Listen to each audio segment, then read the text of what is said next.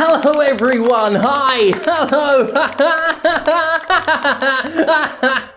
and welcome welcome all to the Jimquisition Video Games I Didn't Completely Hate This Year Awards 2021. And what an extravaganza we have planned for you. Now, I know what some of you are thinking. Does the video game industry, after all the market manipulation, exploitation and abuse, even deserve an award show this year? Should we be stood here celebrating products when people have been left hung out to dry? Well, I want to address that concern right now. Let me just say that these particular awards stand against harassment and abuse of almost every kind. I'm not going to name names. I'm not going to call out any companies or workplace cultures. Instead, I'm going to issue a vague, blanket statement meant to placate you so that we can move on to talking about consumer products. Let's never think.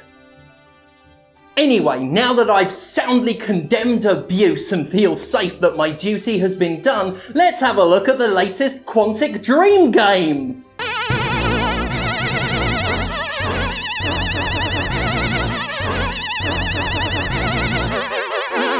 Wait a minute, David Cage said what? He doesn't make games for fun.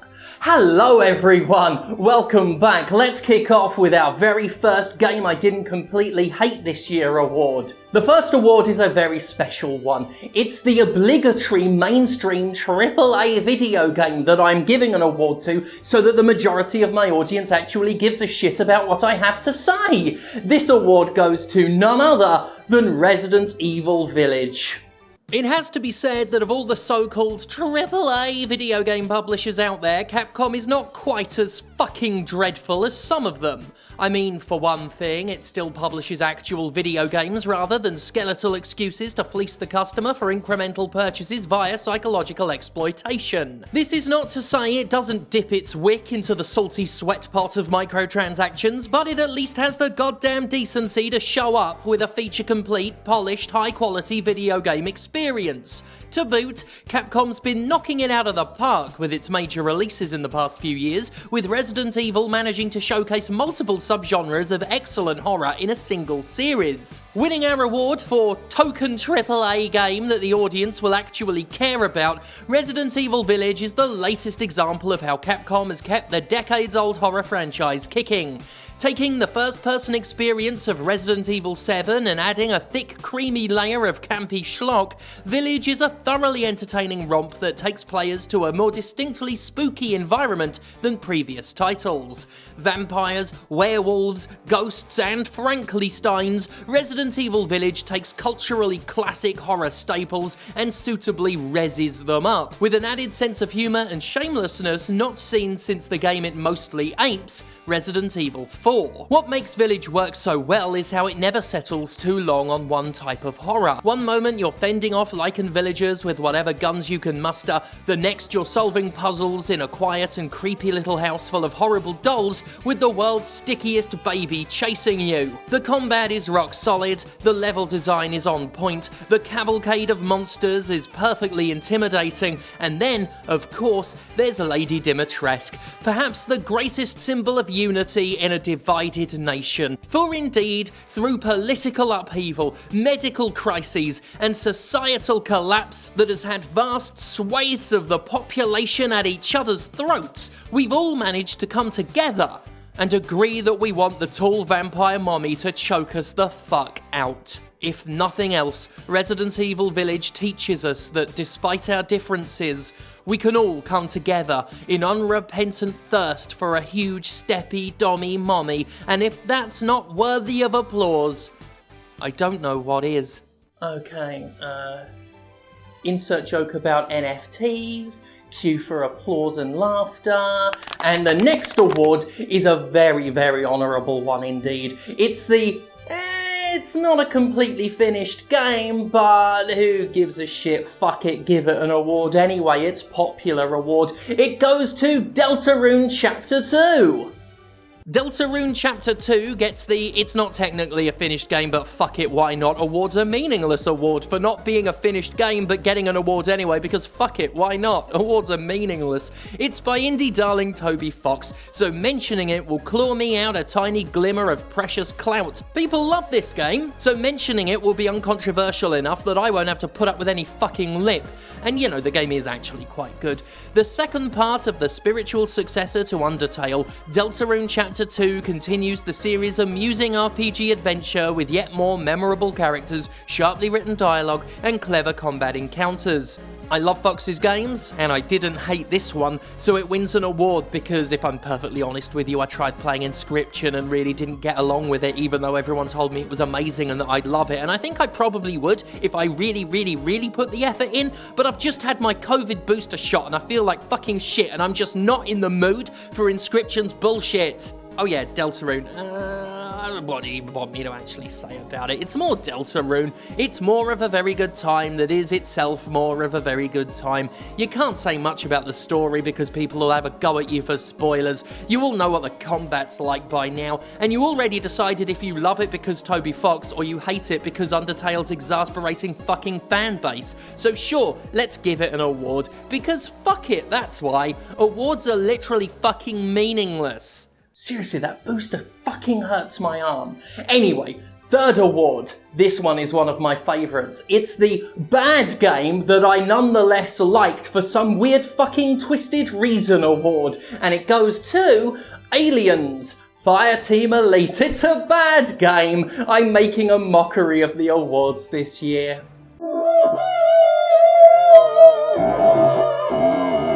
Aliens FIRETEAM Elite gets our bad game that I enjoyed for some twisted fucking reason award because it's a really fucking bad game, and yet when I'm completely honest with myself, looking back on this year, I had more fun playing it than most of the swill I forced myself to choke down on in 2021.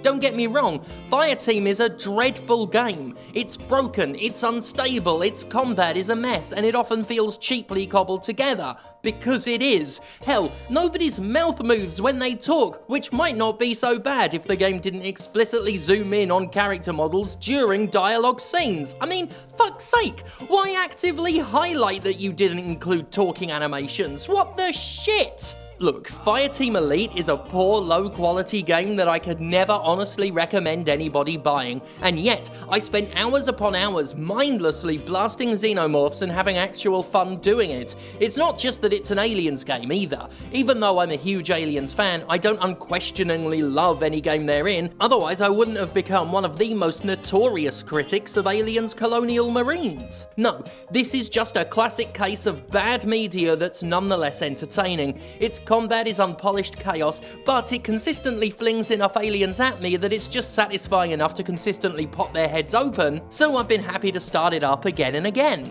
I cannot emphasize enough how little I recommend this game, and that if I wasn't partly taking the piss with awards this year, I wouldn't have included it at all. But I truly did play it more than the vast majority of other releases this year, and in fairness, that time was not spent under duress out of some misplaced sense of professional obligation. Plus, if we're being totally honest with ourselves, it's seriously way more fucking fun than Back 4 Blood. It's time now for the Awarding This Makes Me Feel Smug award, and this year goes to Road 96. Road 96 wins this year's prestigious Awarding This Makes Me Feel Smug award for being a well-written, well-performed narrative adventure game that likely won't get many awards anywhere else, so I feel clever and cool and smart for remembering it. Road 96 is a game I remember playing and not utterly despising this year. So that's pretty good. The game is a series of interactive vignettes in which the player takes on the role of a kid fleeing a country ruled by a despotic regime. As players make their way towards the border, they'll encounter a cast of memorable characters, each with their own struggles and goals, and have opportunities to impact their stories. From a pair of excitable robbers on a crime-ridden rescue mission to a kindly trucker with a dangerous secret, Road 96's characters are wonderfully fleshed out, and the situations players find themselves in range from the humorous to the memorably intense. Along the way, one has to escape police attention, suck up to or piss off a right-wing TV celebrity, and sneak across the border itself in a bid for freedom. What makes Road 96 most interesting is the fact that once you conclude one adventure, you're encouraged to do it again and again, with the story changing depending on your previous actions. In this way, Road 96 manages to produce a unique experience for everyone playing it. The order of events is always different, affected by previous runs, to produce a linear story that nonetheless feels altered by your being there. Road 96 is a delightful little game, and one that hasn't been remembered by a ton of folks since its release earlier this year, so I feel like quite the special snowflake for bringing it up myself. Also, because it's narrative driven, I feel superior to everyone else who just lists shooters and action games. Such uncultured swine could never be as sensitive and smart as me, and that's why I get the award for being sensitive and smart. The award goes to me. I've decided, not to Road 96. The award goes to me for being a good critic. Well, we've had a ton of fun here on the whatever I called them awards, and it's time for the final one. This one is a very special one because it's an award for a game that I actually do genuinely like without any sarcasm. It goes to Death's Door. It's a very good game. Fancy that. It's a nice treat, innit? Death's Door wins the this one is seriously fucking legit award for being a seriously legit game that I do actually think most of you will like and that I loved. Blending environmental bleakness with cute character designs and a silly sense of humour, Death's Door is about a little crow that performs the duties of the classical Grim Reaper. It boasts an isometric perspective, neat environmental puzzles, and simple hack-and-slash combat that evokes old-school Zelda games, with an impressively considered map layout that makes exploration some of the most satisfying I've experienced in quite some time. Plus, its boss fights are really fucking good. Like, really good. What I love about travelling the world of Death's Door is the way it consistently unlocks shortcuts. You're constantly lowering ladders, unlocking doors, and opening up previously inaccessible routes in a way that shows off just how well put together each environment is. As you gain new abilities, you'll be able to revisit previous locations and gain entry to even more previously blocked off routes in order to nab extra upgrades and the like. Special mention must be made of the soundtrack. Largely piano-led, the score is melancholic and hauntingly beautiful, lending a touch of sadness to a game that counters the often morbid tone with plenty of jokes and a series of highly comical and often sympathetic villains. Even though combat is really quite simple, it stands out for its terrific audio-visual feedback. Using screen flashes, colours, and clear animations, you're never in doubt as to whether you've hit something, been hit, or about to be hit. Even though it can be quite challenging, the straightforward flow of moving, hitting, and dodging is easy to grasp and difficult to be confused by. Death's Door is simply a pleasure to play. Okay, is that it? Are we done? Can we wrap up? Because I wanna go to sleep. Right, yes, what a great show we had, I guess. Now, I didn't do a regular Jimquisition Awards this year because I genuinely do not feel like celebrating the game industry this year of all fucking years after the abuse and the usual bullshit we put up with every year and the NFTs, all of that crypto fucking shite. I'm just not in the mood.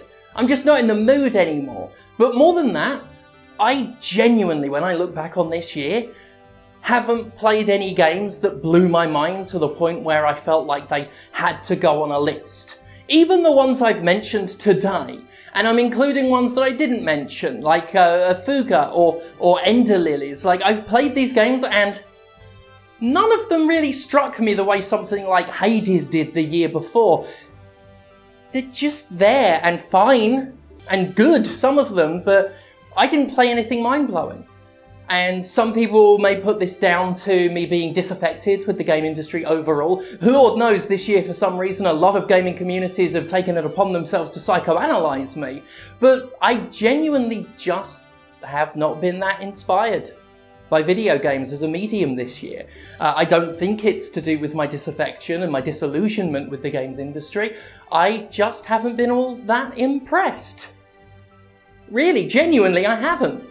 I am not lying. Like, as sarcastic as I've been, I'm not lying when I say that I spent more time with Aliens Fireteam Elite a shit game and enjoyed it more than most other titles this year, even better games. Meanwhile, the top 10 shittiest games of the year list, which is coming out next week, I wrote that weeks ago. It was so fucking easy. So look forward to that. I really went to town on that one. So you can't say I've lost my passion for video game coverage. I've just really made sure to allocate it where it deserves to be. That'll do, really, because I wasn't kidding about the booster shot kicking my arse either. I feel really, really tired. So I'm just going to go. Thank God for me. Quantic Dream is an abusive company, and David Cage is a piece of shit. Okay?